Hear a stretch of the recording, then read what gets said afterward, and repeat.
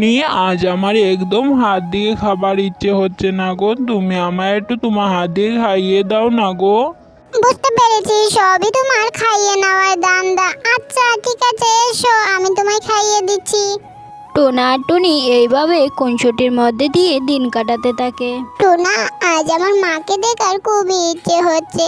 তুমি আমাকে 2 দিনের জন্য বাপের বাড়ি যেতে দেবে গো? তোমার যখন এত মন খারাপ করছে তাহলে যাও না, কিছুদিনের জন্য গিয়ে ঘুরে আসো, তাতে আমার কোনো অসুবিধে নেই। আমার লক্ষ্মী বর, শোনো, তুমি ঠিকঠাক মতো খাবার খেয়ে নিও, বুঝতে পেরেছো? আমি কালকেই ফিরে আসবো। এরপর টুনি টোনাকে রেখে তার বাপের বাড়ির উদ্দেশ্যে রওনা হয়ে যায়। হঠাৎই পথে টুনির সাথে এক বৈরবী মায়ের দেখা হয়ে যায়। বৈরবী মা টুনিকে দেখে বলতে থাকে, পারবি, একমাত্র তুই পারবি, তোর দ্বারাই সিদ্ধি সম্ভব। আমি ঠিক চিনতে পেরেছি তোকে। আপনি কি পাগল হয়ে গেছেন নাকি ভৈরবী মাতা? আপনি এসব কি বলছেন? আমার দ্বারা কি সিদ্ধি হবে?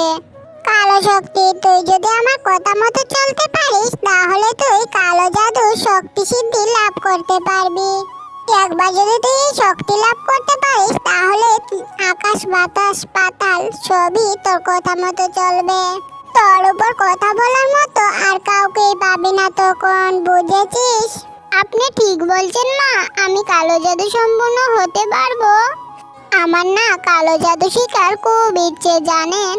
তুই রোজ সন্ধ্যায় আমার কাছে আসবি, আমি তোকে রোজ একটা করে উপায় বলে দিব। তুই যদি আমার কথা মতো চলতে পারিস তাহলে তোকে কেউই আর কালো জাদু সম্পূর্ণ হওয়া থেকে আটকাতে পারবে না। ঠিক আছে মাতা, আমি আপনার কথা মতো চলবো। এরপর বৈরবী তার কাজে চলে যায় আর টুনি তার বাপের বাড়ি না গিয়ে তার বাসায় ফিরে আসে।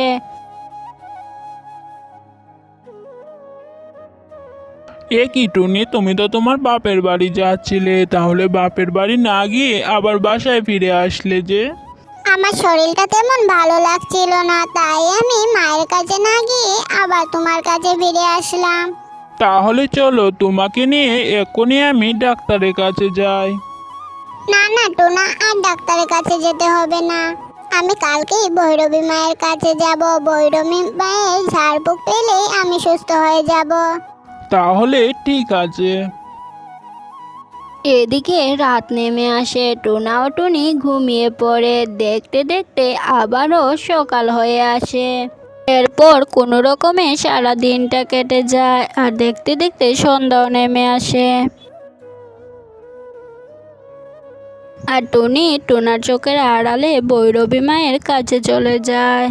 আমি জানতাম তুই আসবি, আয় আমার চোখের সামনে আয়। তুই রোজ একটা করে পাখির মাথা কেটে আনবি, আর সেগুলো দিয়ে আমি তোকে কালো জাদু অর্জনের উপায় বলে দিব। যা যা এবার, যত আজ্ঞা মাতা। টুনি ভৈরবী মায়ের কথা মতো একটা তরোয়াল নিয়ে রাতের আধারে একটি পাখির মাথা কেটে এনে ভৈরবীকে দেয়।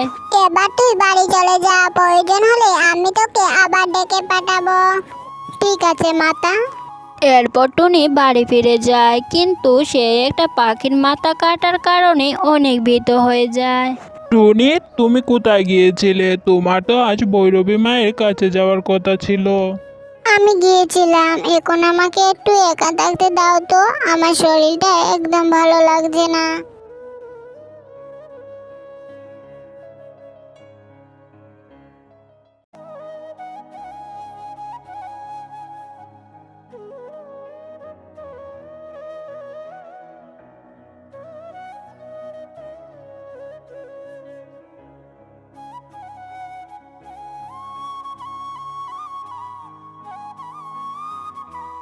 টুনি, আমি তোমার সব কিছু লক্ষ্য করেছি, তুমি যা করছো সবটাই ভুল করছো।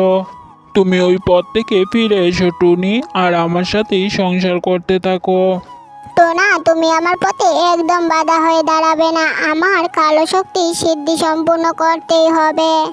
না টুনি, আমি বেঁচে থাকতে তুমি একদম এই কাজ করতে পারবে না। তুমি আমাকে একদম আটকাবে না টোনা। শোনো টুনি, তুমি যদি আবারও ওই কাজে যাও তাহলে তুমি আমার মরা মুখ দেখবে। টুনি টোনার কথা না শুনে আবার ভৈরবী মায়ের কাছে যায়, আর টোনা টুনির এমন আচরণে অনেক কষ্ট পায়। হঠাৎ করে মনে আঘাত পাওয়ার কারণে টুনা হার্ট অ্যাটাক করে, আর ঘরে কেউ না থাকার কারণে টুনা মাটিতে পড়েই মারা যায়। এরপর কেটে যায় বেশ কিছুক্ষণ। এরপর ততক্ষণে টুনিও বাড়ি ফিরে আসে, আর এসেই স্বামীর মৃতদেহ দেখতে পায়। টুনা, কথা বলো টুনা, তুমি এইভাবেই তোমার জীবনটা দিয়ে দিবে? আমি কখনো ভাবতে পারিনি টুনা, কথা বলো টুনা। টুনা, তুমি ফিরে এসো টুনা, আমার কাছে তুমি ফিরে এসো টুনা। আমি আর কখনো ভৈরবী মায়ের কাছে যাব না টুনা, তুমি একবারের জন্য ফিরে এসো টুনা। টুনি চিৎকার করে কান্না করতে থাকে। টুনির চিৎকার শুনে পাড়া প্রতিবেশীরা তৎক্ষণাৎ সেখানে চলে আসে, আর টুনিকে সামলে কোনো রকমে টুনার লাশ নিয়ে গিয়ে বাড়ির সামনেই সমাধি দিয়ে দেয়। তোমরা আমাকে ছেড়ে দাও, আমি আমার স্বামীর কাছে যাব, আমাকে যেতে দাও তোমরা। টুনা আমাকে ছেড়ে চলে যেতে পারে না, ছেড়ে দাও আমাকে। টুনি চিৎকার করে কান্না করতে লাগে। সবাই টুনির এমন করুণ অবস্থা দেখে টুনিকে ছেড়ে দেয়। তারপর টুনি তার স্বামীর সমাধির উপরে গিয়ে কান্না করতে লাগে। এদিকে রাত নেমে আসে। ভৈরবী মা টুনিকে খুঁজতে খুঁজতে টুনার সমাধির কাছে চলে আসে। টুনি, তুই আমার কাজ না করে এখানে বসে আছিস কেন? ভৈরবী মাতা, আমার স্বামী আমাকে ছেড়ে চিরতরের জন্য চলে গেছে। আমি আর আপনার কাজ করব না ভৈরবী মাতা, আর করব না। তুই যদি আমার কাজ না করিস তাহলে আমার শক্তি পরিপূর্ণ হবে না রে টুনি, আর আমি সেটা কিছুতেই হতে দেব না। আপনার শক্তি মানে? হ্যাঁ, এতদিন আমি শুধুমাত্র তোকে ব্যবহার করেছি। আমার কালো শক্তি অর্জনের জন্য শুধুমাত্র একটা মাথার প্রয়োজন, তবেই আমি কালো শক্তি অর্জন করতে পারবো। আর একটা মাথা তুই আমাকে এনে দিবি। ঠকবাজ, বিশ্বাসঘাতক, প্রতারক, আমি তোকে তোর ইচ্ছে পূরণ করতে কিছুতেই দিব না। তুই চলে যা, তুই দূর হয়ে যা আমার চোখের সামনে থেকে, নয়তো আমি সবাইকে বলে দিব। তুই আমাকে ভয় দেখাচ্ছিস? তাহলে এখন তোর স্বামীর সমাধি থেকে তোর স্বামীর মাথা কেটে আমি এক্ষুনি নিয়ে যাব। আমি বেঁচে থাকতে তুই আমার স্বামীর সমাধি কিছু করতে পারবি না, শয়তান কোথাকার। তাহলে এবার তুই মর। এরপর টুনি তার স্বামীর সমাধি বাঁচানোর জন্য ভৈরবী মায়ের সাথে লড়াই করতে থাকে। বেশ কিছুক্ষণ লড়াই করার পরও টুনি কোনোভাবেই তার স্বামীর সমাধিটাকে বাঁচাতে পারে, কিন্তু সেটা তার প্রাণের বিনিময়ে ভৈরবী মাতা টুনির মাথাটা কেটে নিয়ে গিয়ে তার শরীরটা তার স্বামীর সমাধির উপর রেখে দিয়ে যায়।